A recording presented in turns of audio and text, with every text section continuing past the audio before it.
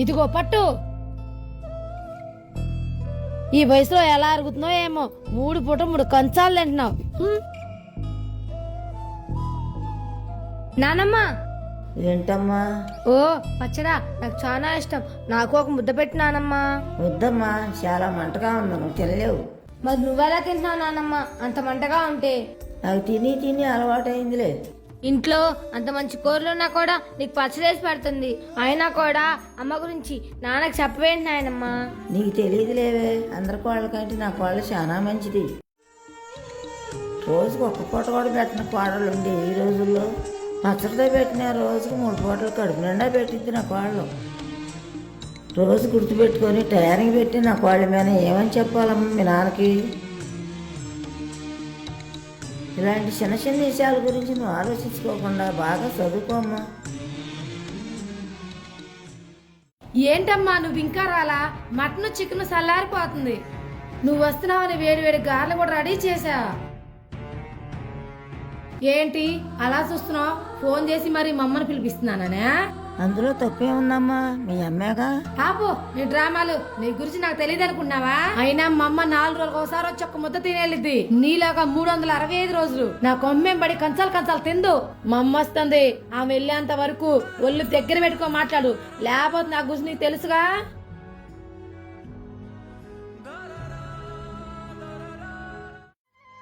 Lucky ఏంటి? అమ్మమ్మ వస్తుంది, త్వరగా వెళ్ళి డ్రింక్ బాటిల్ తీసుకోనరా. ఆవిడ గారు నీకమ్మ, నాకు కాదు. ఏంటే ఆ పొగరు? చిన్న పెద్ద లేదా? అవునా, పెద్దవాళ్ళతో ఎలా మాట్లాడాలో నేను నీ దగ్గర చూసి నేర్చుకోవాలి. మరి ఏంటి నువ్వు మాట్లాడేది? మీ నాయనమ్మ గురించేగా చెప్పిందా నా గురించి? ఉండేవలేనివి నాకు తెలుసు. మీ నాయనమ్మ బుద్ధి ఇంకా చాలు. మా నాన్నమ్మ గురించి మాట్లాడే అర్హత నీకుందా? అమ్మ ఒకటి చెప్పు, నాన్నమ్మ నిన్ను ఎప్పుడైనా కోడలాగా చూసిందా? కన్న కూతురులా కళ్ళల్లో పెట్టుకొని చూసుకుంది. మరి నువ్వేంటమ్మా ఒక మనిషిలా కూడా చూడవు? నీకు మీ అమ్మ మీద ప్రేమ ఉండొచ్చు, అది తప్ప నేను అంటల్లా. నువ్వు మా నాన్నమ్మని మనిషిలాగా చూడిపోయినా పర్వాలా, కానీ మీ అమ్మ ముందు నాన్నమ్మని తక్కువ చేసి మాట్లాడమాకమ్మా ప్లీజ్. రాణి ఇక్కడుండావా? నీకోసం ఇల్లంతా వెతుకుతున్నా. సిటీ నుంచి వస్తా నీ కొత్త చీర తెచ్చా, ఎలాగుందో చూడు. ఇదొక చీర మా ఇంట్లో పని మనిషి కూడా కట్టదు. అదేంటే, చీర చాలా బాగుందిగా. నచ్చిందా? అయితే నువ్వు కట్టుకో. నువ్వు నీ సెలక్షన్ ఇది మొదలు చేసుకో. నువ్వు నాకేం తేవద్దు. నేనేం మాట్లాడినా ఏదన్నా తెచ్చినా నీకు నచ్చట్లా. నేనేం తప్పు చేశానని? నువ్వు కాదు తప్పు చేసింది, మా అమ్మ. మా అన్న కొడుకుని చేసుకోపోతే నేను తెస్తానని ఇలాంటి మట్టి పీసుకునే రైతు కట్టబెట్టి నా గొంతు కోసింది. నేను నచ్చకపోతే పెళ్ళైన కొత్తలో బానే ఉన్నావుగా. అదే నేను చేసిన తప్పు. నిన్ను ఎలాగైనా మార్చుకుని సిటీ తీసుకెళ్దాం అనుకున్నా. నువ్వేమో ఇక్కడుండి మట్టి పీసుకోవాలనుకుంటున్నావు.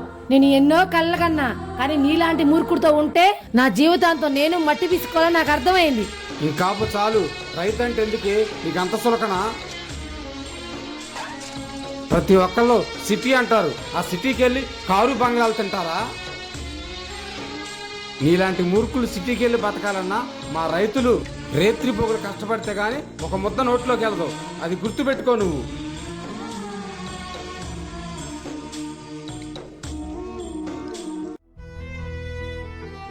ఏమండి వచ్చారా? ఈ రోజు ఉదయం మా అమ్మకి హార్ట్ అటాక్ వచ్చిందండి. నేను అర్జెంట్ గా హాస్పిటల్కి వెళ్ళాలండి.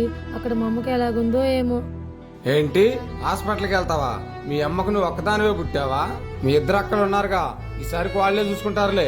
నోరు మూసుకొని ఇంట్లో కూర్చో. కిలోమీటర్ దూరంలో ఉండ నేనే వెళ్ళలేకపోతే 500 కిలోమీటర్ దూరంలో ఉండోళ్ళు వాళ్ళు ఎలా వస్తారండి? నీకులాగే వాళ్ళ మొగులు కూడా ఒప్పుకోపోవచ్చుగా. ఎంతైనా మీరు అల్లుళ్ళుగా, కొడుకులైతే కాదుగా. ఏంటి దూరం దగ్గర అని చెప్పి తెగ మాట్లాడేస్తున్నావు? ఇక్కడ ఉండవని చెప్పి నీ ఎక్కడికంటే నీ అమ్మ నీకేమైనా ఎక్స్ట్రా రాసి ఇచ్చిందా ఆస్తి? మా అమ్మ కడుపులో నేను అడ్డం తిరుగుంటే మా అమ్మ ప్రాణానికి ప్రమాదం అని తెలిసి కూడా నన్ను కన్నది. మా అమ్మకి 2 కూతుర్లు ఉన్నారని తెలిసి కూడా నన్నైతే చంపుకోలేదు కదండి. మనకి 2 ఆడపిల్లలు ఉన్నారు. రేపు మనం మంచాన పడితే నీకు లాగానే డబ్బుకి మన ప్రాణానికి ముడి పెడతారేమో, అది గుర్తు పెట్టుకోండి. కూర్చో అమ్మా. ఏ రాణి, లోపల ఏం చేస్తున్నావే? త్వరగా రా బయటికి. అబ్బబ్బా వస్తున్నాలండి. ఈ రోజేంటి ఇంత సంతోషంగా ఉన్నారు? ఏం జరిగిందో?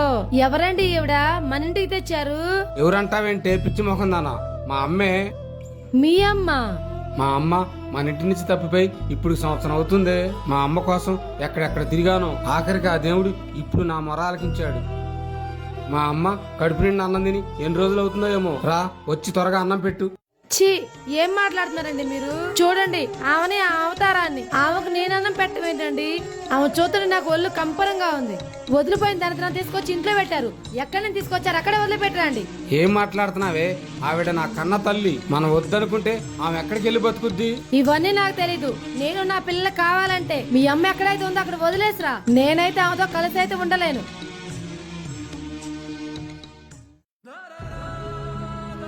ఏమండి, మీతో ఒకటి చెప్పాలి. ఏంటది? మా అమ్మకు ఒంట్లో బాగాలేదు కదండి. 4 రోజులు తెచ్చి మన ఇంట్లో పెట్టుకుందామా? మా అమ్మకు మాత్రం ఎవరున్నారు? ఏంటి, నీ అమ్మని తెచ్చుకొని నా ఇంట్లో పెట్టుకోవాలా? నీకు ఆ మాట అంటానికి సిగ్గుగా లేదా? నీకేనా అమ్మ? నాకు అమ్మ కాదా? నా అమ్మని నడి రోడ్డు మీద వదిలేయమన్నప్పుడు తెలీదా నా అమ్మ కూడా నీ అమ్మ లాంటిదని? మీకు ఎన్నిసార్లు చెప్పిన బుద్ధి ఉండదా?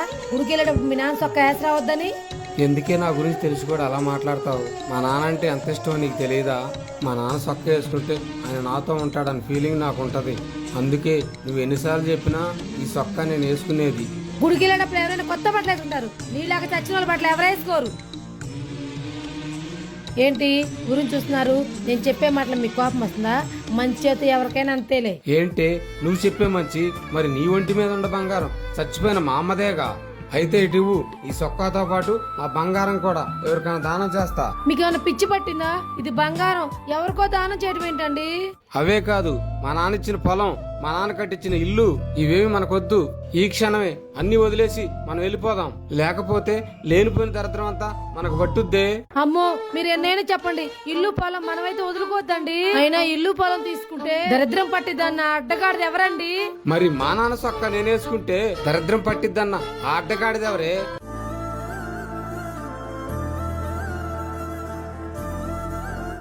నాన్న, రేపు నుంచి స్కూల్ ఓపెనింగ్ కదా, ఈ రోజు వెళ్ళి బుక్స్ బట్టలు తెచ్చుకుందాం. రా నాన్న. ఏంటి చదువుకుంటావా?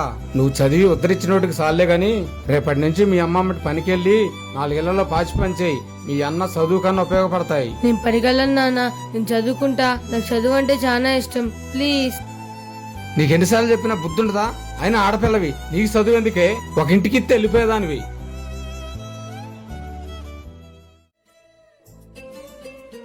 వర్షి, ఆగరా.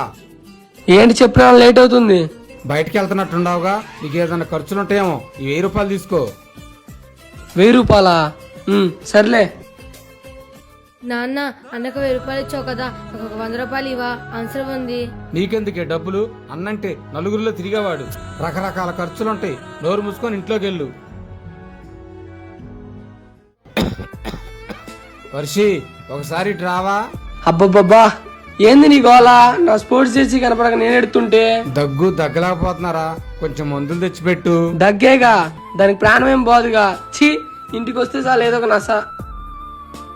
అన్న, ఈ బిల్లలేసుకో, త్వరగా తగ్గిపోయిద్ది. కొడుకే కాదు, మన రక్తం ముంచుకొని పుట్టింది కూతురు కూడా. అలా వేరువేరుగా చూడకండి ప్లీజ్.